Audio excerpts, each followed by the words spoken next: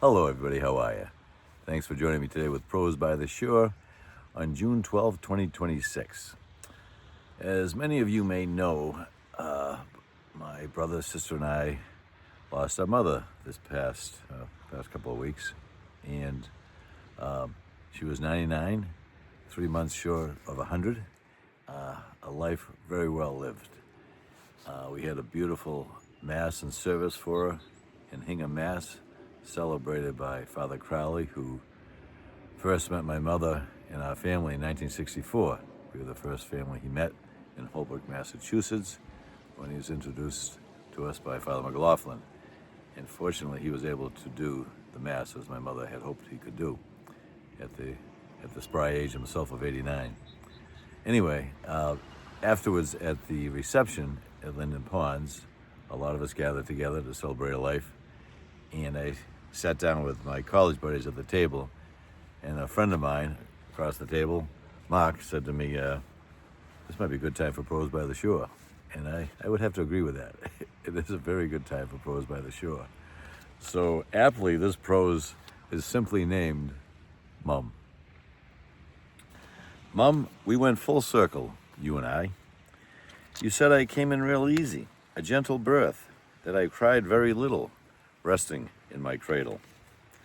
The early years were smooth for you and I. Where you went, I was close by. Whether it was starting our day before the TV console, exercising with Jack LaLanne, dropping off my sibs at school while cruising in the Ford Galaxy, off to the beauty parlor, of which I loved hearing the banter, or standing on a stool, watching you meticulously mix the batter with great anticipation, knowing those beaters would soon be all mine to usurp. There we were, side by side. As my need for a stool subsided and I grew, so too did our challenges.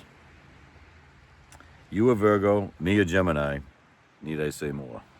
We had obstacles we couldn't deny. For you, tidiness and order needed to be maintained, of which those assets I disdained. Oh, Ricky, you'd proclaim, that's not proper, of which I'd protest, sparking up much unrest. Our views weren't aligned, but your goals for me, I was too young to clearly see. You always yearned for my best among the unsettling unrest. That I could not deny. Underlying it all, you had my back and would fiercely fend off any foreign attack.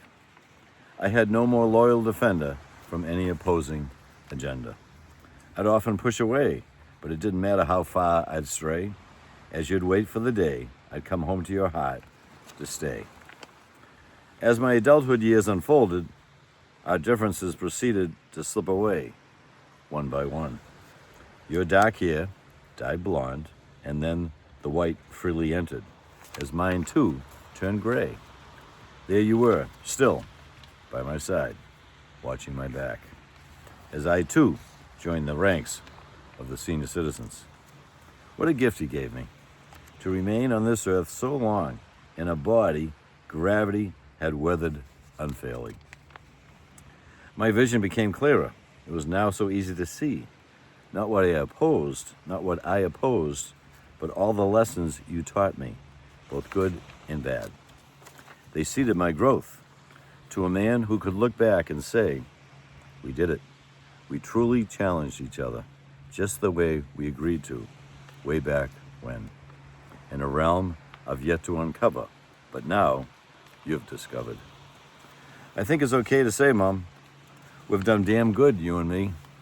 I can safely know you're as thankful of our journey together as am I. I truly wouldn't have wanted it any other way. Yes, we've come full circle. As easy as I came in, you've made your transition just as easy and gentle for my grateful, loving heart. Bye for now, Mom. Love you. Well, that's it. My mom was a special person, and as I got older, I grew to appreciate her more and more and more. Thanks, Mom, for everything, and I'm sure before too long, I'll see you. Love you again. And I love you too. Bye.